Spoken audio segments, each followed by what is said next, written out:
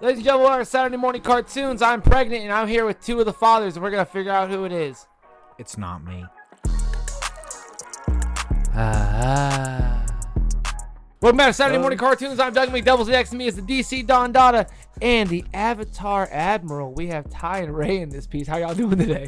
Look how ready for business we are. We are all leaned up. Yeah. There's no reason for us to all be leaned up, but it's the elite. I'll tell you, we're so ready that we are on edge, bro. Dude. Yes, it's the final. It's the March Madness final bracket. I've got so much blood flowing that I'm just red. Yeah, he came in red. My man's just hot, ready.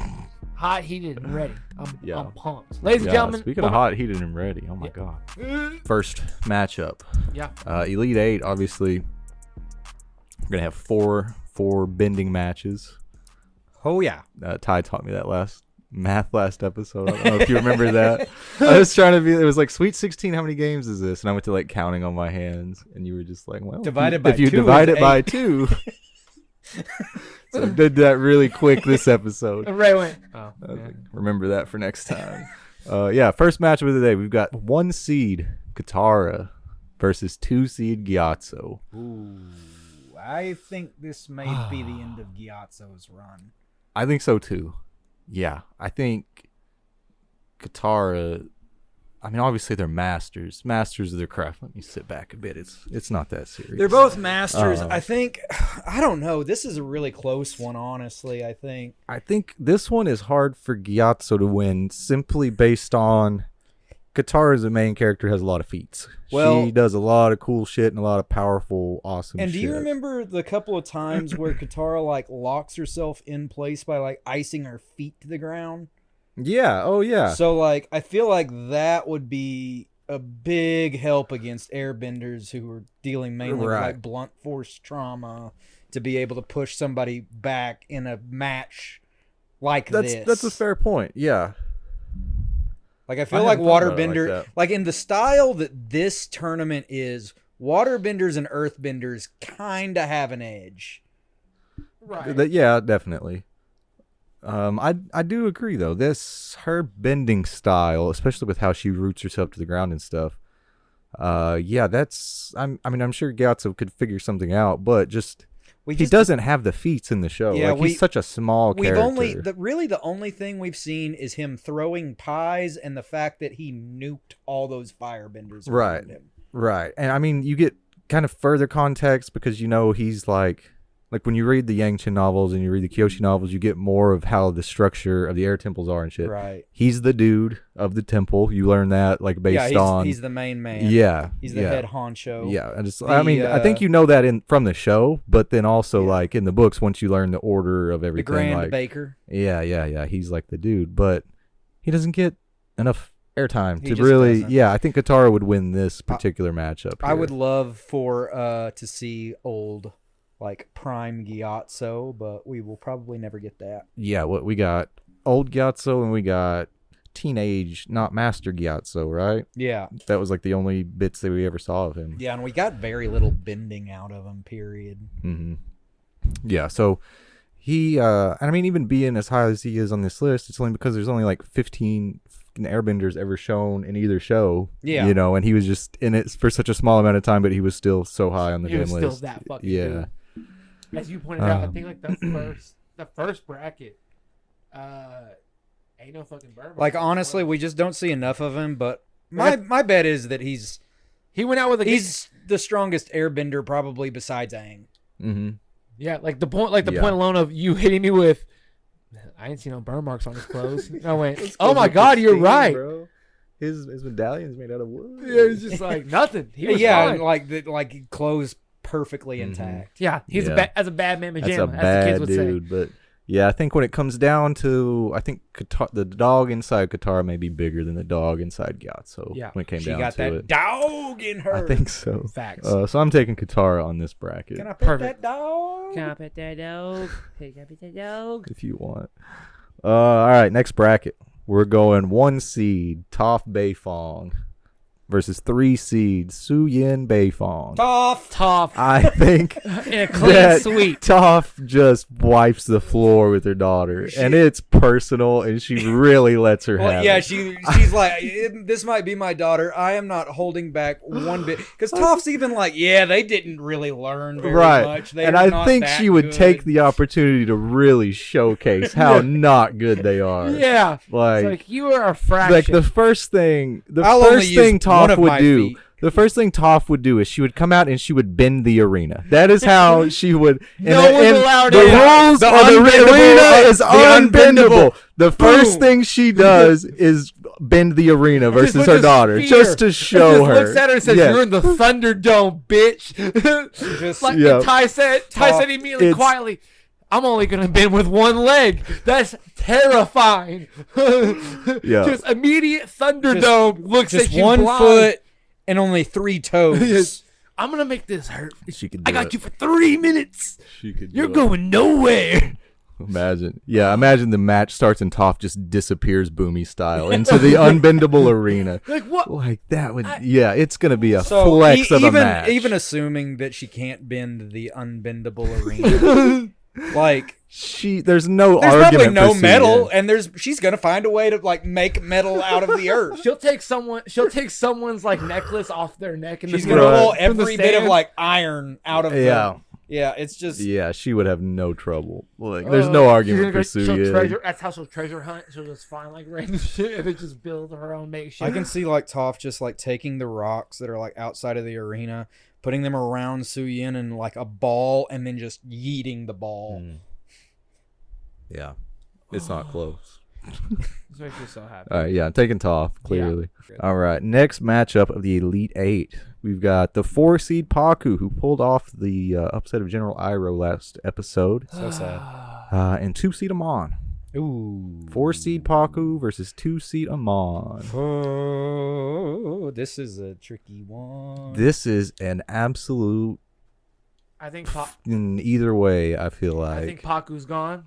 I think Amon's gonna get Pakku. I think the best fight of his whole spiel of the entire I think was it- Iroh, and there's just no way. Yeah, I think because like even though Pakku can probably break out of the bloodbending, Sure. like he's probably gonna be able to do it, but like Prime, like we don't His see bending Pakku like style we don't also- see Pakku like get inside of a typhoon. Yeah, that's a pretty crazy thing. Doesn't Aang do that move? In the Aang original does that show? in the Like, Avatar right. state. That's what I'm saying. Like, it is a powerful ass move for Amon to pull out. Like whenever his and jig like is he's up, still but- doing that crap without Yeah. moving. Here's the thing, just real quick before I know I'll forget. Shout out to my dog Mook, very very quick, because he was a big fan and not fan of our bracket series, and he said, "How you gonna get rid of my dog, man? How you gonna get rid of Iroh like that?" Oh yeah. And he said Was something. it him that- leave that comment, bro?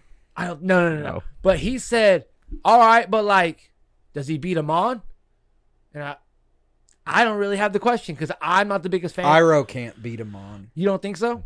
He's getting blood bent. Yeah. Iroh can't stop blood Yeah. bending. There's not a damn The thing. he can only do. the only people that can stop blood bending are avatars and other water benders. Yeah. And that's Avatar State avatars, because Aang got his ass blood bent in that courtroom. And couldn't stop. Yeah, he was pretty powerless. He was not a fan. He said, "I can't believe you got rid of Iroh, bro." It hurt, bro. It hurt, but Ty's like, got him on his hand, so, bro. So here's the thing with this: Iroh would not lose if it was like who's the strongest fighter. Right. But it was Iroh lost Specifically because of the way that cell this game tournament style works. tournament. Yes, the very specific style. Because he can't kill him. He can't. Yeah. Like It's not about that. Yeah, it's Yeah. not about that. It's about the way this tournament works. Right. And I think that actually is what holds Pakku back the most, because it's a clash of eras, right? It's like the old guard, the ancient fucking Avatar times. Pakku's like a very traditional. He's the Northern Water master, and he would be fighting like the forms of waterbending he uses the most are not like combat fighting. No, it's like more defensive Amon for is sure. such an aggressive waterbender and a powerful waterbender. Yeah. Like, I feel like it's just a victim to scaling. Exactly what you said. Yeah, victim to scaling. Like this new era and like him being just so aggressive. And like Pakku's just defense. Yeah. Like Pakku's like only messing with people if they're attacking him. Exactly. Yeah, like they let the Southern Water Tribe get picked off for 60 years and didn't feel, he wasn't like... They let him take all the... Yeah, if he was that cold, he might have been doing something. But, a victim to scaling and also a victim kind of like Monk Gyatso. He has that one fight and the Liberation of Ba Sing Se, but he just kind of doesn't have enough screen time to really... And then like what you see against Katara where he's like probably holding back a little bit. Right. I would say has to be. Until she throws that ice disc, he was definitely holding back. But yeah, it's just Amon. Amon is so damn powerful. Yeah. So yeah, I'm taking Amon that bracket. Amon is moving on. We'll move on to our very last bracket of the Elite Eight. We've got 4-seed Tenzin, who pulled off the upset last bracket of his daughter Denora, the 1-seed, going up against number 2-seed King Bumi. Ooh. So 4-seed Master Airbender Tenzin versus 2-seed King Bumi. This match goes a long time, I think. This is a dog fight. Yeah, this match is going for a long time. Yes. And I think we can look back. Yes, Bumi dominated that little pseudo fight with Aang in the 4th episode of Avatar. Yeah, in the very beginning. Aang showed like how an earthbender or an airbender would fare against somebody like King Bumi. I think Tenzin as an adult, especially... I mean, he's a fucking old man in Legend of Korra, truthfully. Yeah. Like, he is putting up such a good fight against Bumi. Yeah. Like, Bumi is an unbelievable bender, but... Yeah, and, just... Like, you see him doing all the different stuff around the city, and, like, Bumi bends with his face. Right. Who's a better bender when they're older? It's just like, Bumi will always just... Yeah, Bumi... Well, earthbenders, they age... really gracefully. Yeah, and like Bumi being that old and still that powerful, like right. We can't even imagine what prime Bumi looked like. Right. Oh, but I almost feel like the earthbenders get better as they get older. Yeah, I think it almost feels that way because he was so powerful in the show. I have a hard time imagining an era of Bumi stronger than what he is like shown. Yeah, what I think is going to happen with this one, maybe more ruthless, is Tenzin is going to evade for so long that Bumi finally gets tired. Do you think Tenzin's not built that way, though? He's got Katara's anger. I think Bumi could provoke him into... attacking? I don't think he would evade like that. I was going to say, it might be like... Yeah, because it might be... I don't know. It depends on how... Because, like... I don't know, man. Like, he's such an aggressive airbender. Like, back to his fight with, like... Zahir. With Zahir before everybody else came in. Like, the one-on-one, he was dog-walking him. Like, he was... Yeah, but also he doesn't really have a reason to, like... Because of the way this tournament works, you got to think like, he does have that Katara in him though, to where he's got that anger that he fights with. I don't know, man. I don't see him beating King Bumi. I think airbending on its own is a really hard thing to beat. A true master earthbender where he can stay locked in. Right. Like Tenzin's gonna be flying all around the ring, but I don't think he's gonna find a way to like unroot Bumi to. Like right, that's the thing is kick he's him out got to get Bumi's Bumi like, out of the ring. I'm done. Right. Yeah, or Bumi's like, I know I can't beat Amon, so you can move. Sure, yeah. He's thinking 2 steps ahead. That's a really good Bumi every time you do it. I love it. God, who are we taking here? I think we're taking Bumi. I think we're taking Bumi. Yeah. Either that or Bumi is like doing his weird thing, knowing he can't beat a bloodbender, and then Bumi lets Tenzin win so he doesn't have to lose. That would have to be how it goes. Like, yeah, I think you're onto something. All right, here's our final 4. Our first match of the final 4. We're gonna have the 1-seed Katara versus the 1-seed Toph Beifong. And then the other bracket, the other final 4 matchup, we have got the 2-seed Amon and the 2-seed King Bumi. I see where these are going. Yeah, so let's go back to the first one. We've got Katara versus Toph Beifong. Katara's getting smoked. Yeah. I think Katara's got that dog in her, but Dude, This is one of those matchups You can't find a where metal blind- you the can't find a one blind seed dog. makes it to the final 4 and they lose by 35. Like, that's what this is. That is, Katara is a master, but Toph is on a different level, especially in the bro. context of the show, Toph would not lose to a waterbender. But No. Toph Beifong is not losing to Katara if it comes down to a 1v1. No. Like, the dog inside Toph, I mean, she wouldn't have trouble beating her, I don't think. Like, I think she's winning handedly. Well, and even like in the show, But- like Toph is just always the stronger bender. Yeah. Just always. Right. She's always the strongest bender of the game. Yeah. Like, because for something to take her out, the show has to write in something for it to hinder her, like sand. Like if Right. she was a villain, or and like, then she masters for some it. reason, the Fire Nation has wooden jail cells and shit. Like, it's not Yeah. iron bars; they have like a wooden slotted Yeah, jail cell. or like her feet get burned. Right? Yeah, it's some JLU. We've got to knock Superman out with some electric power so we can actually do the storyline. Yeah. Like, he's got to be out the first 16 minutes. Like, that's what they do with Toph a lot of time. Yeah, she's by far the strongest. It's disrespectful a dog what she walk, does. I feel like. Yeah. Especially like her seismic sense and just like she's so ready immediately. Like Yeah. like when Combustion Man attacked them in the night, Now, like just she's so immediately ready. here's the one thing, though, that I think we're not giving Katara some credit with. If Katara is waterbending, Toph would never see it. If Well, it stays yeah. off the ground. She can feel her movements and shit, and I guess predict from that. But Yeah, she's got. I guess she's we never got did. vision like Daredevil. We never did see her waterbending or any waterbending in her seismic sense type of vision. So Katara might be able to do some stuff, but I just think Toph pieces her up so fast. I think it's the same kind of thing as Bumi. Like, he's going to be able to be so rooted, like, even as powerful as a water blast as Katara could throw at her. Like, I still think she would have Like, trouble she's gonna physically like, putting her out. Make rock armor and just Right. There's Yeah. some Toph plot armor type of deal that's going to come in where she's just way too strong for whatever. Even as Toph impressive just pulls- as Katara's thing Toph is, just it's pulls not going all to work. the earth from like outside the arena, Yeah. makes a giant wall in between, and just pushes her out. Right. There we go. So you're gone. Yeah, it's not going to be close. It's not I feel fair. like Toph takes it easy.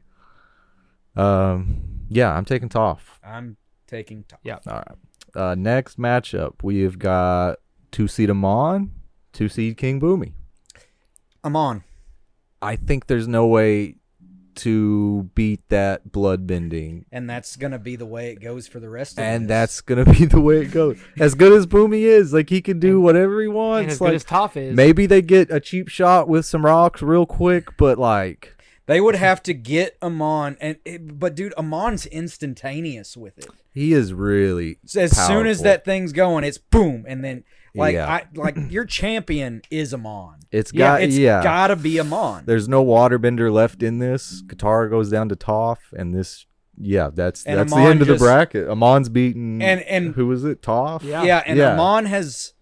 Amon's toughest match was probably Pakku, It and was- everything else was a cakewalk for him. yeah, yeah. yeah. Pakku was a pretty good match, but yeah, he's Because it's see, just- I think if his run of Unalak, Pakku, whatever, like, yeah, those were the ones he would lose to if he was going to lose. Like, Yeah. this is a hell of a. other than that, it was going to take an Avatar to beat him. It was yeah. It would take Avatar State or Katara. I mean, Katara would really be the Katara would one be the- matchup. Katara would be the one matchup that might, and it'd still be iffy. And still be iffy. And her path to get there was fucking brutal. Yeah. But What a dog. I think that's it. Yeah, I mean, the next matchup would be 1-seed Toph versus 2-seed Amon. And we it's go the same two, thing. we- It's the same exact match. same thing as King Bumi. Yeah. Like, they're just not getting past the bloodbending. Unless, like, on the spot, Toph's like, bloodbending's a thing. Like, oh, there's iron in blood. I can cancel your bloodbending because I can bend my iron. Right, yeah. But, like, I can- we're inventing or- shit to let Toph or win, you know? Toph is like,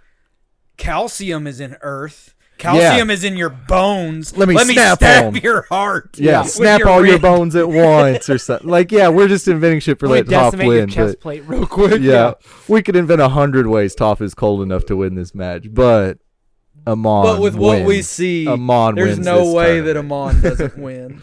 With what we've seen in the show, there's just no way Amon doesn't win. Shout out Amon. So One of the greatest villains. The March Madness bracket of Avatar benders. Amon wins it. Amon wins it. One of the I hope best, that commenter's happy. Most well-written villains. That was one hell of a season. Yeah. When Legend of Korra was going to be a 1-season show, they locked the fuck in for Amon as a villain. They did. And that commenter, right? So I loved the analysis and the depth that was in that comment. Yeah. Now the thing that he said was Zuko like makes a lot of sense, but like, and it was the thing with Monk Gyatso, we just don't see enough of him in the show. Yeah, my big thing is like whenever we see Monk Gyatso, he's going up against so many like Sozin's comet powered firebenders. Yeah, and he doesn't have a scratch on him. He fought 4 fucking Super Saiyans or whatever. Like, they're just juiced to the max, dude. And so that's why I think he takes Zuko. And the only reason that I think Pakku beats Iroh is not because I think Pakku is stronger than Iroh or could beat him in a fight. Right. It's because the style that this tournament is. The very specific style. Water and earth just lends itself a lot better to our Cell style tournament where you're knocking someone out and can't kill them. Right. Yeah, it's very specifically the way we set up the rules in the first episode. So I was like, I got DQ'd. Yeah, that's why Ozai got DQ'd. Although I watched, I got Ruby watching Avatar finally. And we watched The Great Divide last night. And I hope she hated it. No, listen, I watched it. And I remember hating it a lot more every other time I watched it. I was like, damn, that really wasn't bad. Because number one, it's the uppity clan. Yeah, it's the uppity clan versus the redneck Yehu clan. Yeah, the rednecks. So up runs the first guy from the uppity clan, and he starts talking to the gang. And I look at Ruby, and she looks at me. I say, is that Teen Titans Robin? And I go to Google. It was like one of Teen Titans Robin's first roles was Scott Minville or something. Yeah. So he was just this random ass. Like, he's played Teen Titans Robin for like 23 years or something. And it was like one of his first credits was like this one-off, didn't even have a name character. And it was so fucking cool. I love that, dude. And then also there was the Gonshins. I remember the Gonshins. The Gonshins were the Yangshins and the Gonshins. It's something like that. Yeah, something. Yeah. And then the stupid little ball thing that Aang makes up. And they grew on me. So I watched it, and the Canyon Guide.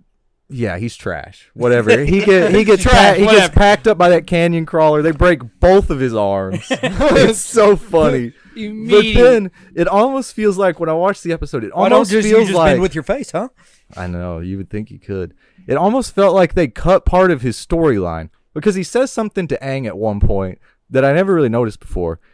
And it was after he split up. He was like, Katara, you go with them. Sokka, you go with them. See if you figure out like what their beef is. Yeah. And so he's camping with Momo, like in between them on the canyon. And the canyon guy walks up and he says, "Is this your first time being impartial, huh?" And it was like, it felt like there should have been more moments of like that with the canyon guy where he was gonna give him like old man wisdom and like there was gonna be more little snippets of like because even in the end, every group. Every story has multiple perspectives. Sure, yeah. It felt like there was more of that, but they cut it. Like, he didn't actually get those moments with the guy. They cut it. Yeah, you could tell that. And these people are sneaking food. These people don't have any food because they're poor. Right. I don't know. It just felt like there was more, and for some reason they didn't cut it. Because it really is like the one filler episode. Nothing ever comes back from that episode. I was going to say, and does Avatar even have another? I guess they have like the Ember Island. Right, Ember Island's a filler, I suppose. I think those are the only two real fillers. Aang's dream episode is kind of a filler too. Yeah, it's definitely filler. Yeah, it's definitely the most skippable episode, but I kind of liked the resolution in a weird way. That is, maybe it's me taking more from it than it really was. But his resolution for the two clans that have been fighting for 100 years was to just make something up, like literally to just lie to their face and whatever. Yes, but I knew those. When I think about it, I'm like, it's kind of his first real lesson in the show of by any means necessary. Yep. And it's not in like an aggressive way, like sometimes you got to kill motherfuckers to get your point across. It's like sometimes you just have to solve the problem, and it doesn't matter how you do it. Yep. And it's like it goes back to the Canyon Guide thing. I feel like if he would have put a little bit more of the Canyon Guide being like, yeah, sometimes you got to see both sides or little bits of it, it would have hit a lot harder. But it feels like it was out of nowhere by the time it came around. Sometimes you just got to lie to your children, bro. It happens. Sometimes, dude. Sometimes that's what happens. I don't know. It was kind of an interest. I remembered hating it quite a bit more the last 3 or 4 times I'd watched it. Okay. But this time I was watching it with Ruby, and it was just a... Ray's just like, I lie to her a lot, so I get this. Yeah. No, we don't do Santa. I don't lie to her. I know. Man. And then that sprinkles to other areas. Yeah. Dude, hell of an episode, boys. Amon is the champion. Episode. Like, it's insane. Amon is the champion. Ladies and gentlemen, before we get out of here, just real quick, Mize, the EP is out now. Nisei Tenchi, the new Beam album, is coming out May 9th. Go ahead and check it out. It's for his birthday. And Doug, Freshman Year, comes out May 30th, ladies and gentlemen. I've been Doug. He has been Ray. That has been Ty. That is the March Madness Avatar bracket. Amon is the winner, ladies and gentlemen. Eat your fucking hearts out. Drink plenty of water. Please be safe, and we'll see you guys next time for the next Avatar episode. Hey, what happened? Why are those squiggles on the screen? Those are called end credits, Patrick. End credits? But I don't want it to end! Now, who are the final 4? You want to yell at these cats first? Yeah. Hey! All right. Here we go, pussycat. Oh, whoa, whoa. What's new, pussycat? Not much, man. What's up with you?